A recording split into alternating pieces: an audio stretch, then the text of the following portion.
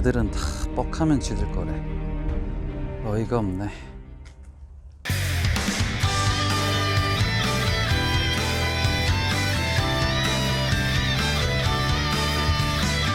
이상호 프로님이 프리지그를 개발하셨고, 김선필 프로님이 프리리그를 이렇게 또 응용을 해서 개발을 하신 덕분에 지금은 프리리그가 국민 채비로 많이 보급이 되어 있는데요. 이런 단점을 극복할 수 있는 우리가 테크닉이라든지 경험으로 프리리그에 대해서 처음부터 끝까지 모든 것을 한번 이야기해보는 그런 시간을 가져보도록 하겠습니다. 그 상태에서 사이드로 툭툭 하는데 피쉬, 리액션 바이트가 들어오죠. 또 방해를 하죠. 말하고 있는데 자꾸. 피쉬. 오, 씨알 좋고.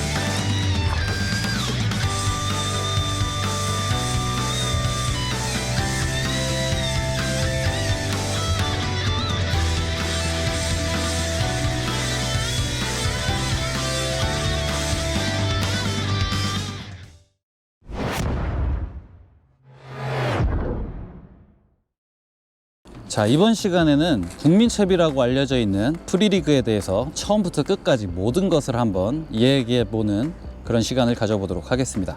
자, 우선적으로 프리리그를 다루기에 앞서서 우리가 한번 생각해야 될 그런 요소가 있습니다. 바로 프리리그가 세상에 나타나서 존재하기 이전과 이후의 그런 상황을 어느 정도 알고 넘어가면 좀 좋을 그런 얘기가 있거든요.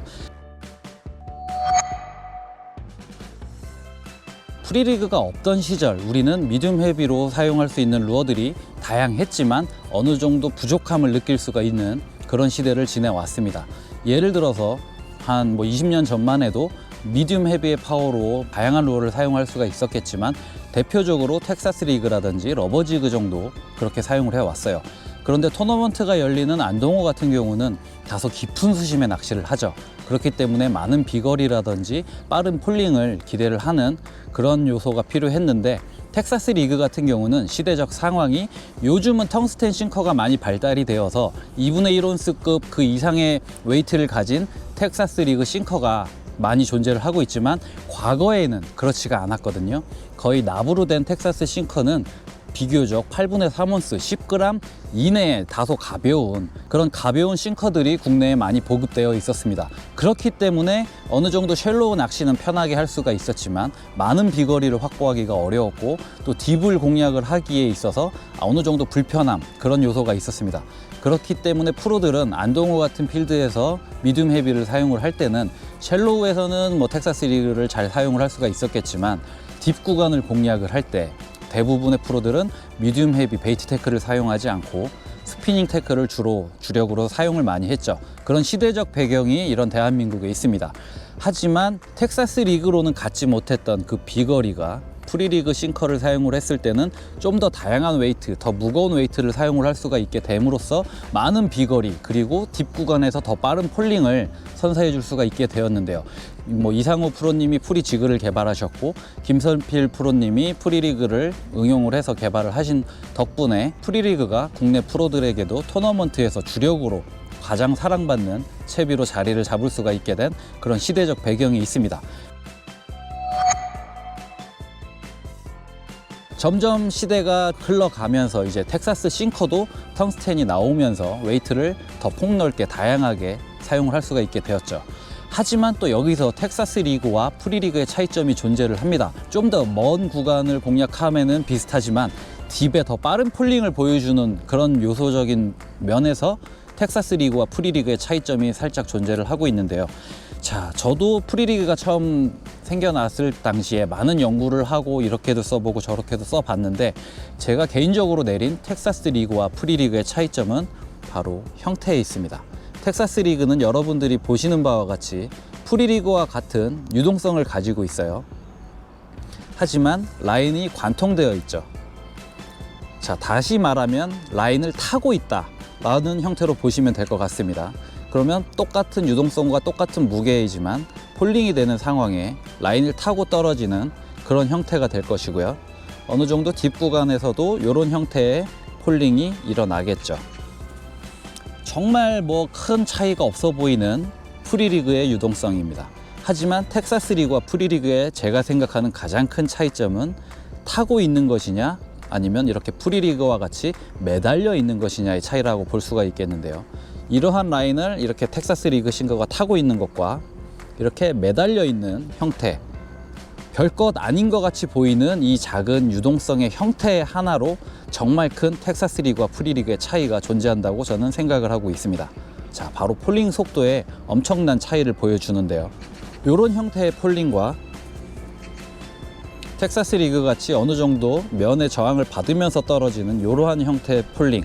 자, 여러분들이 의아하실 수가 있겠지만 이 상태에서 텍사스 리그가 이렇게 자리를 잡고 폴링을 한다 그러면 큰 문제가 안 될 거예요. 하지만 이 슬랙 라인도 저항을 탑니다. 캐스팅돼서 착수됐을 때 이 슬랙 라인을 여러분들은 생각을 하셔야 돼요. 이 슬랙 라인은 물에 먼저 떨어지는 것이 아닌 싱커에 의해서 이러한 형태로 떨어지기 때문에 이게 딥 구간으로 갈수록 저항이 심해집니다. 그렇기 때문에 똑같은 7m권 바텀에 2분의 1온스 싱커를 사용을 했을 때 폴링돼서 도달해주는 속도가 텍사스 리그는 더 많은 저항을 받고 떨어지죠. 하지만 프리리그 같은 경우는 매달려 있는 진짜 별것 아닌 그런 사소한 차이 한 가지의 이유만으로 슬랙 라인을 좀 더 급격하게 저항을 덜 타는 구조로 만들어주면서 떨어집니다. 그렇기 때문에 프리리그가 더 폴링 속도가 빠르고 유동성이 존재를 해요. 텍사스 리그와 프리리그의 차이점을 저는 가장 크면서도 중요한 그런 요소로 이런 부분을 지적을 하고 있는데요. 또 한 가지 감도 면에서도 똑같은 2분의 1온스라도 이렇게 라인을 타고 있는 싱커와 매달려 있는 프리리그의 바닥을 끌어주는 그런 성능적인 효과는 엄청난 차이를 나타냅니다.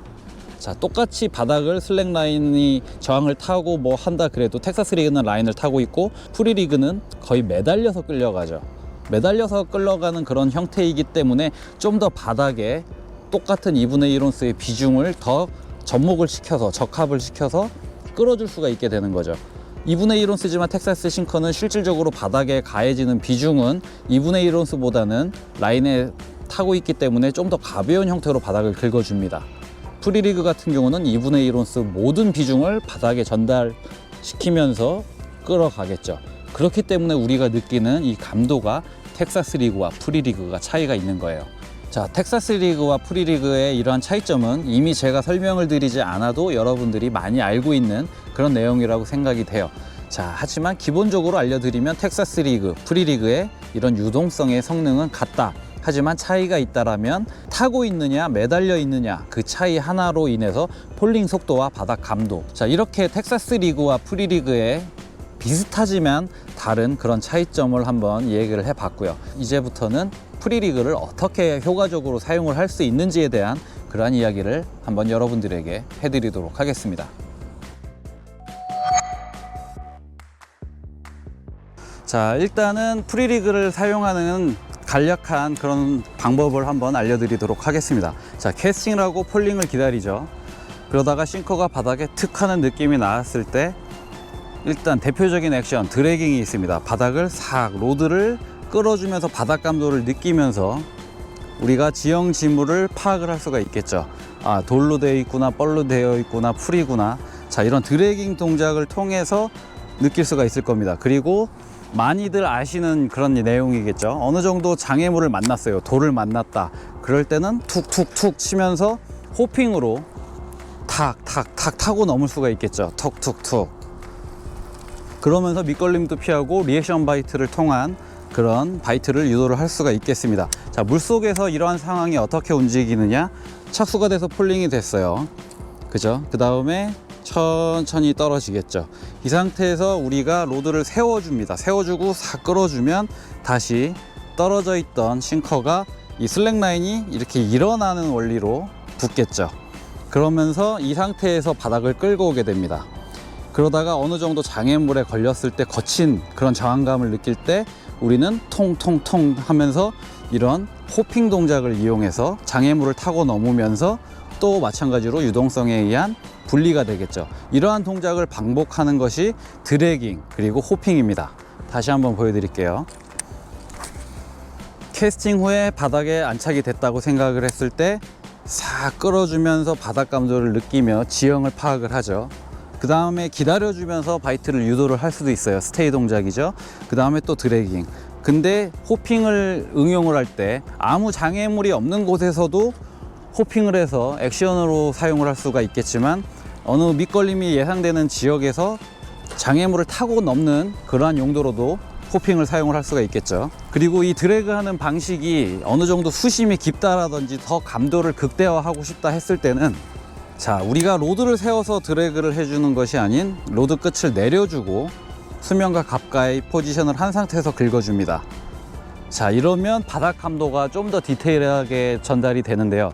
이러한 내용은 드래깅을 할 때 우리가 로드를 세워주면 이 여유줄 슬랙 라인이 이렇게 좀 높은 포지션으로 이런 식의 드래깅이 일어나겠지만, 카본 라인은 가만히 있으면 가라앉는다고 했죠. 이 상태에서 로드 팁을 내리고 긁어주면 더 저항과 마찰이 심하겠죠. 그럼 밑걸림이 심한 곳이 아니고 뻘이 많다, 근데 돌 찾기가 정말 어렵다, 그럼 이러한 형태의 포지션으로 드래깅 하기보다는 자세를, 로드 팁을 낮춰준 상태로 드래깅을 하면 좀 더 많은 저항과 마찰력으로 바닥 지형을 읽는데 용이할 수 있을 겁니다. 그리고 또 한 가지, 프리리그가 갖고 있는 이 유동성, 어느 정도 캐스팅을 아주 멀리 했다고 가정을 했을 때 근거리 같은 경우는 로드웍을 요 정도만 가져가도 충분히 호핑이 일어나고, 그 호핑 됐다가 분리되는 만큼 유동성이 생겨서 노싱커가 됐다가 다시 뭐 웨이트에 영향을 받는 프리리그가 됐다가 왔다 갔다 하겠죠. 하지만 먼 거리에서 여러분들이 생각하셔야 될 부분이 있어요. 요 정도의 호핑력이 과해 보일 수는 있으나 이만큼 거리와 물속에 있는 그런 저항감에 의해서 실질적으로 호핑은 아주 짧게 일어납니다. 이 짧게 일어난다는 이야기는 이 프리리그의 유동성에 의한 벌어짐의 간격이 좁다라는 얘기예요. 자, 어느 정도 우리가 풀캐스팅을 했을 때 착수가 됐어요. 호핑을 우리 기분적으로는 탕탕탕 줬어요. 하지만 거리도 있고 저항도 있고 몇 가지 요소로 인해서 실질적으로 호핑은 크게 일어나질 않아요. 그냥 깨작 거리는 수준으로 일어날 수가 있습니다. 그렇다면 이런 분리도 아주 조금밖에 일어나질 않겠죠. 우리가 캐스팅을 근거리 가까운 곳이라고 했을 때는 이 분리가, 호핑 액션이 좀 크게 일어나면서 잘 되겠지만, 어느 정도 먼 거리에 캐스팅을 하셨다 그랬을 땐 이 정도 동작으로는 진짜 이 정도 벌리기에도 어림이 없을 겁니다. 우리가 생각하기엔 퉁퉁퉁 하고 라인 좀 감아줬으니 호핑돼서 많이 분리됐을 거라고 생각하죠. 절대 그렇지 않습니다. 그 이유는 슬랙 라인이 이렇게 늘 서 있는 게 아니에요. 그쵸? 우리가 스테이를 어느 정도 해주느냐에 따라 틀리겠지만 카본 라인은 물에 가라앉는 성질을 가지고 있어요. 이 상태에서 호핑이 들어가면 1차적으로 이 라인이 쓰죠. 얘가 튀는 게 아니에요. 이 라인이 서야만 얘가 튈 수 있어요. 그럼 우리 로드 팁이 어느 정도 반 정도 왔을 때는 라인이 쓰고, 거의 끝자락에서 요만큼만 틱 하는 것만 전달이 된다고 보시면 돼요. 이해하셨죠? 그러면 어떻게 해야 호핑이 강하게 전달이 될까? 바로 이 슬랙 라인을 쭉 끌어서 어느 정도 텐션이 잡히게 만들어 준 상태에서 액션이 들어가야 호핑이 크게 일어나겠죠. 보여드릴게요. 어느 정도 풀 캐스팅을 했어요. 폴링이 일어났다고 했을 때 우리는 액션을 주다가 이 여유줄 슬랙 라인만 감아 들인 상태에서 툭툭툭 하죠. 하지만 지금 이런 식으로 제가 제법 강하게 툭툭툭 했지만 이 동작은 이 늘어져 있는 슬랙 라인에게 영향력을 행사를 하지 이 바닥에 있는 웜한테는 아주 약한 부분에 힘이 실립니다. 그럼 어떻게 해야 호핑이 클 것인가? 바로 여유줄만 추스리는 것이 아닌 드래그 동작을 해요. 바닥을 끌어줍니다. 끌어줘서 루어와 바닥이 느껴지는 그 감도를 느끼는 그 상태의 초하이 텐션 상태에서 호핑이 들어가면 모든 로드웍이 그대로 루어에 전달이 돼서 호핑이 일어날 수가 있겠죠. 그리고 테크닉 중에 이런 호핑이 아닌 인위적으로 우리가 이 유동성을 활용하기 위해서, 호핑으로도 자연적으로 유동성이 생기지만 이 유동성을 극대화해 주기 위해서 어떻게 합니까? 리프트 시킨다든지 좀 강하게 호핑을 해줘요. 자, 한번 보겠습니다. 인위적으로 유동성을 많이 주고 싶다 그랬을 때 우리는 좀 크게 막 하죠. 이렇게 막 격렬하게 합니다. 하지만 전달이 안 되는 이유는 여러분들에게 알려드렸어요. 이럴 때는 라인을 정렬해서 아까 알려드린 호핑 방식으로 해도 크게 유동성을 발휘하지 못해요. 아무리 이런 식으로 해서 호핑이 점프를 했다고 하지만 그쵸, 한 뼘 두 뼘 내외일 거예요. 그런데 극대화시키는 유동성은 어떻게 만들어내느냐? 바로 팁을 내려줍니다. 내려준 상태에서 드래그를 하면서 위로 튀기는 것이 아닌 사이드로 튀겨줘야 돼요. 왜 사이드로 튀겨줘야 하느냐? 아까 여러분들에게 알려드렸어요. 바텀에 채비가 안착된 상태에서 로드를 세워서 드래깅을 하다가 튀었다. 그러면 이 채비 전체는 호핑을 하고 여기서 분리가 되겠지만 이 정도 분리라는 얘기예요. 왜? 이 슬랙 라인이 우리가 드래그를 함으로써 라인의 각이 섰죠. 많이 튈 수는 있으나 이 서 있는 라인을 봉돌이 역주행하진 못합니다. 하지만 카본 라인이 가라앉은 상태에서 사이드로 우리가 수면에 가깝게 팁을 내리고 끌었어요. 이 상태로. 그럼 물속에서 라인이 쓰는 게 아닌 누워진 상태에서 끌려오다가 탕탕 튀기죠. 그랬을 때는 이 관성에 의해서 봉돌이 촥 극대화로 유동성이 발휘가 되는 겁니다. 이러한 부분은 이렇게 물 수심이 보이는 가까운 곳에 집어넣고 여러분들이 한번 해보세요. 호핑을 줬을 때와 지금 일조량 때문에 잘 안 보일 수가 있겠지만 이러한 상태에서 이런 호핑을 줬을 때 분리되는 건 채비가 바닥에서 상승해서 떨어지는 그 구간의 영역만 싱커와 분리가 되겠지만 이러한 상태에서 사이드로 놓고 옆으로 툭툭 쳐준다. 그러면 웜은 저기다 두고 싱커만 제 쪽으로 훅 달려옵니다. 그럼 엄청나게 긴 구간에 유동성이 생기겠죠. 가장 큰 유동성은 뭐 어느 수심에 폴링할 때 가장 큰 유동성이겠지만 우리가 액션을 주면 붙어요. 이 상태에서 다시 이렇게 뜯고 싶다 했을 때는 로드를 세워서 하는 호핑이 아닌 하이텐션을 만들어 놓고 사이드로 끌어주는 그런 호핑이 상당히 효과적이라고 할 수가 있겠습니다. 자, 프리리그가 갖고 있는 장점은 앞서 제가 말씀드린 것과 같이 감도가 우수하다, 그리고 비거리가 좋다, 그리고 뭐 좀 저렴한 가격으로 프리리그를 아주 손쉽게 세팅을 해서 누구나 쉽게 사용을 할 수가 있다. 그런데 예전에는 지금과 같이 텅스텐 싱커를 사용한 것이 아니라 그냥 붕어 낚시에도 사용할 수 있는 그런 뭐 도래가 달려있는 고리봉돌을 많이 사용을 했거든요. 그러다 보니 또 어떤 일이 생겼냐, 정말 저렴한 채비, 누가 봐도 조금은 없어 보입니다. 그렇기 때문에 프리리그는 정말 좋은 성능과 기능을 가졌음에도 불구하고 많은 앵글러들에게 사랑도 받았지만 무시도 많이 당했어요. 그 이유는 제가 생각해 볼 때 저렴하니까. 정말 보잘것없이 생긴 그런 싱커에 그냥 이렇게 노싱커에 있는 상태의 웜에 싱커 하나 달아주면 채비가 끝나죠. 그러면 뭔가 조금 봐도 너무 싸 보이고 그런 요소 때문에 사람들이 약간 무시를 하는 경향이 많았습니다. 하지만 지금은 미국이나 일본에서도 프리리그가 많은 사랑을 받고 있죠. 바로 이런 프리리그의 장점이 많이 이제 알려진 것 같습니다.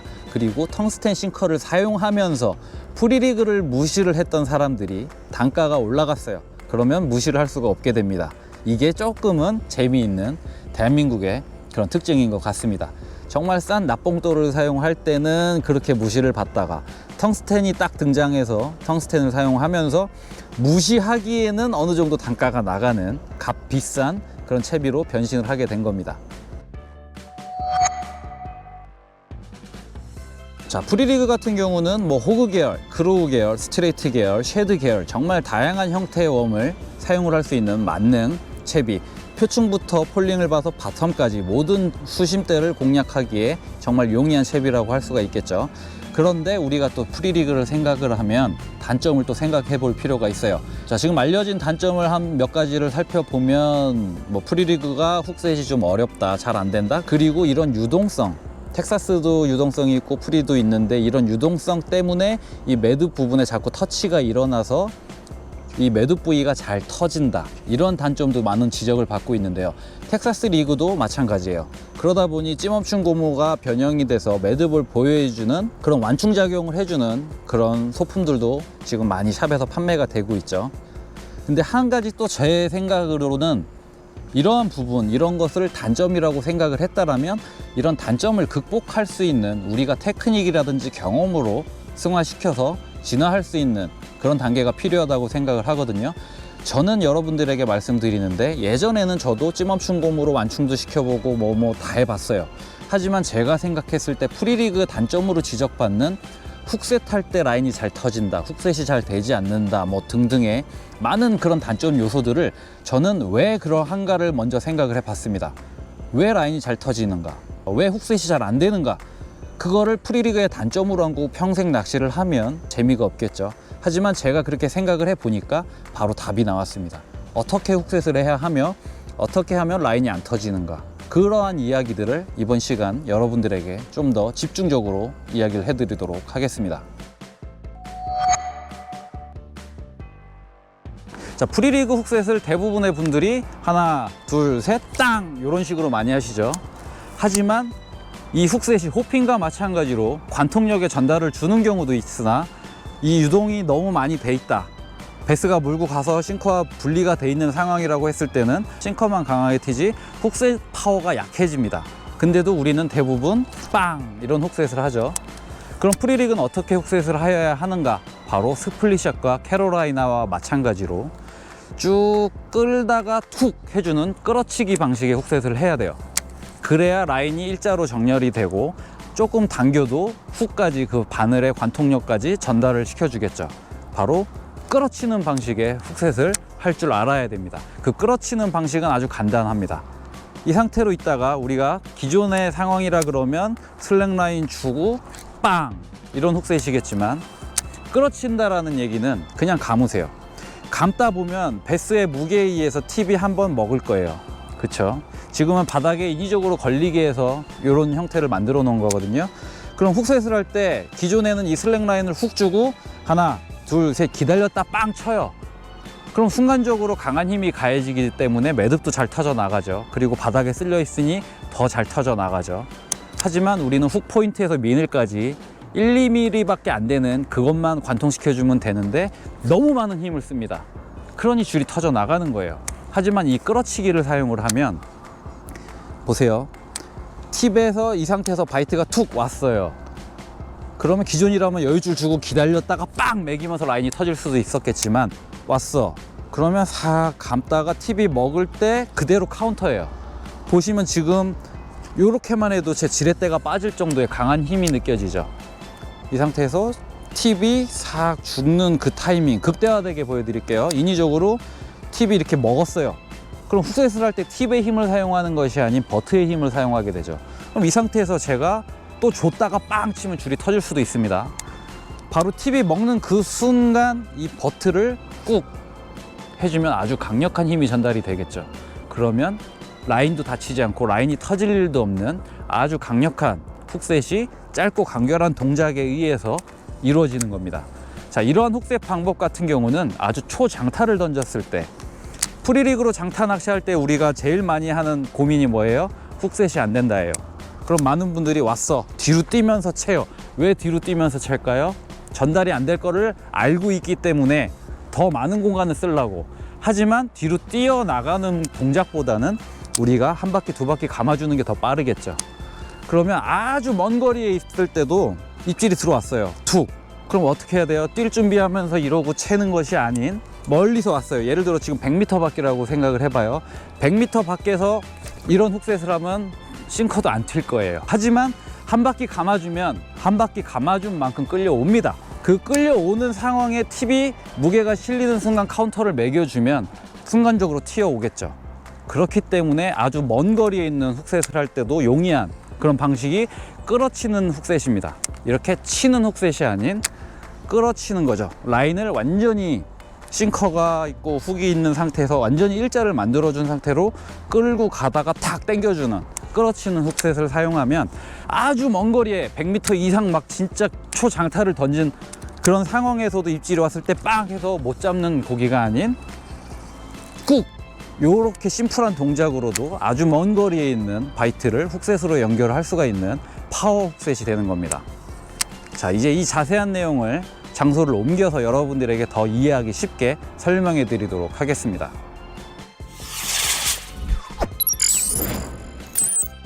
지금 여러분들에게 좀 더 잘 보이라고 제가 싱커를 교체를 했습니다. 자, 우리가 캐스팅을 하고 물에 착수가 됐을 때 이런 식으로 폴링이 일어난다고 했어요. 촥 떨어졌어요. 그리고 바닥에 안착이 됐다고 가정을 해볼게요. 이 상태에서 우리는 입질을 기다려요. 그런데 자, 뒷모습을 한번 보시면 자, 이 상태죠. 우리가 뭐 드래깅을 하건 호핑을 하건 이 상태예요. 그랬을 때 물속에 있는 프리리그는 다시 붙을 수도 있고 뭐 한쪽으로 이렇게 끌려가는 그런 상황이겠지만, 여기서 우리가 생각해 보아야 할 부분은 폴링이 돼 있건 유동성이 돼 있건 붙어 있던 간에 베스가 입질을 했을 경우 싱커와 분리가 되면서 우리 손에 입질감을 전달을 해줍니다. 하지만 여러분들이 중요하게 생각해야 될 부분은, 베스는 지금 여러분들 위치가 캐스팅한 상태로고 그쪽으로 프리리그가 진행이 된다고 했을 때 베스가 제 쪽에서 와서 물 수도 있고 이 옆쪽에 와서 물 수도 있고 여러분 쪽에서 와서 물 수도 있어요. 그러면 이렇게 여러분들 쪽으로 정렬되어 있는 상태에서 베스가 물었다, 그럼 베스가 이쪽으로 갈 수도 있고 이 360도를 다 움직일 수가 있겠죠.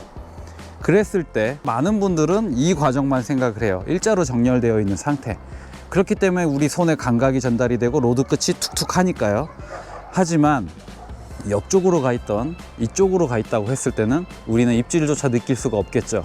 그러다가 어느 정도 뭐 무게감이라든지 우리가 움직일 때 저항감을 느끼고 한 박자 늦게 훅셋을 들어가는 입질을 파악하는 경우가 빈번하게 발생이 됩니다. 자, 그런데 베스가 물고 이 유동성에 막 과하게 이렇게 많이 찢어져 있다고 가정을 했을 때 우리가 슬랙 라인 주고 하나, 둘, 셋, 훅셋이 들어가요. 봉돌만 신나게 튀어오르죠. 그러니까 훅셋이 잘 안 되는 거예요. 이거는 이 원리적인, 여러분들이 꼭 숙지하고 계셔야 될 원리적인 기본인데, 대부분의 분들이 이 점을 생각을 하지 않고 그냥 입질이 오면 얘 포지션이 360도일 수 있다라는 생각을 하지 않고 무조건 일자일 것이다라는 생각만으로 훅셋이 대부분 들어갑니다. 왜 그런가 하면 우리는 처음 베이트에 입문을 하고 낚시를 할 때 이런 방법을 많이 배우죠. 캐스팅을 하고 바이트가 들어왔어요. 그럼 어떻게 하라고 합니까? 베스에게 들키지 않게 여유줄을 주고 기다려 줬다가 하나, 둘, 셋 하고 팡 하라는 그런 훅셋 방법을 배웁니다. 대부분 저 역시 그렇게 배웠고 많은 분들이 그렇게 초보자들에게 또 알려주고, 하지만 지그헤드라든지 노싱커라든지 붙어있는 형태라면 이런 훅셋을 해도 상관이 없어요. 그리고 프리리그도 어느 정도 가까운 거리라면 훅셋이 다 돼요. 만약에 거리가 멀다고 했을 때는 아까 호핑도 잘 되지 않는 것처럼 전달력이 떨어질 거예요. 근데 이 프리리그의 유동성이 극대화가 돼서 슬랙 라인은 여기 있는데 막 웜이 바닥에 놓고 봤을 때 이쪽으로 가 있다. 그때 훅셋이 들어가면 봉돌만 튀겠죠. 정말 훅셋이 안 되는 이유는 요 한 가지라고 생각을 하시면 됩니다. 근데 끌어친다 했을 때 잘 보이는 바닥에서 보여드릴게요. 자, 이 상태에서 이렇게 끌고 와요. 잠깐 들어주시면, 자, 폴링이 이루어지면 싱커가 먼저 바닥에 닿는다고 했죠. 이 상태에서 베스가 와요. 딱 물었어요. 싱커는 여기 있어요. 이때 뭐 툭 하면 여러분들이 느낄 수도 있겠지만 물고 일로 온다. 아무런 느낌을 받을 수가 없습니다. 물속에서. 우리는 이쪽에서만 물 것이라 생각하고 이런 느낌을 기다리고 있는데, 이런 느낌은 절대 들어오지 않는 상황은 바로 이런 상황이죠. 이런 상황에서 우리가 왔어 그러고 팁을 내려주고 그러면 여유줄이 더 길어지죠. 이 상태에서 훅셋이 딱 들어가 주면 어떻게 될까요? 봉돌이 가장 강한 힘을 받아들이고 이 아이는 상당히 약할 겁니다. 자, 이 내용을 한번 여러분들에게 보여드리기 쉽게 다시 설정을 하고 보여드릴게요. 자, 이 상태에서 프리리그가 이렇게 분리가 돼 있어요. 이 상태라 그러면 우리가 입질 느낄 수 있고 여유줄 주고 빵 쳐도 요 정도예요. 봉돌만 튀죠. 신나게 봉돌 튀는 거 보이시죠? 봉돌 난리 납니다. 그죠? 봉돌만 신나게 튀어요. 제 로드웍을 같이 보여주세요. 자, 여기서 제가 이런 훅셋을 하면 요 정도 전달력이에요. 그런데 제가 팁을 내려주고 그냥 감으면 끌려오죠. 이렇게 살짝 무게가 실린 상태에서 버트로 매겨주면 강한 힘이 전달이 되죠. 실전처럼 해볼게요. 입질을 느꼈어요. 제가 고개를 돌렸어요. 옆으로 갔어요. 이 상태에서 제가 입질을 느끼고 치면 봉돌만 튀죠. 보이시죠? 자, 다시. 그런데 베스가 왔어요. 물었어요. 아주 여유줄을 많이 주면서 뭐 옆으로 갔다 제 쪽으로 왔다고 가정을 해볼게요. 그랬는데 제가 바로 치는 형식이 아닌 슬랙라인을 일자로 정렬을 시켜주는 동작을 했어요. 이 상태에서 로드 팁이 먹었어요. 그 상태에서 끌어주면 이렇게 많이 끌려와요. 아주 약한 동작에도. 이것을 아주 먼 거리에서 한번 보여드리도록 하겠습니다. 일반적으로 여러분들이 하는 방식의 훅셋이에요. 요 정도예요. 그냥 왔어, 추스리고 빵, 이 느낌이죠. 하지만 정렬을 해서 정렬을 시켜서 팁을 먹여놓고 끌면 이렇게 강합니다. 자, 프리리그 같은 경우는 바로 이런 형식의 훅셋이 아닌 끌어쳐주는 방식의 훅셋을 하여야만 훅셋 확률을 넓힐 수가 있고, 그리고 여러분들이 정말 생각하셔야 될 부분, 이런 상태의 정렬에서 베스가 물고 고개를 들건 뭘 하건 훅셋을 하면 싱커만 튄다, 전달력이 약하다, 그리고 이렇게 옆으로 갔어요. 이때도 치면 더 약하죠. 그러니 정렬을 먼저 시켜준 후에, 정렬을 먼저 시켜줘서 이 팁에 베스의 무게가 실려서 들어가게 해준 후에 팁으로 하는 훅셋이 아니에요. 팁은 액션 줄 때 유리하라고 있는 아이예요. 훅셋 할 때 힘을 쓰는 아이가 아니죠. 바로 이 상태에서 버트로 훅셋을 하는 느낌, 아주 짧고 간결한 동작으로도 강력한 훅셋을 할 수가 있게 되는 겁니다.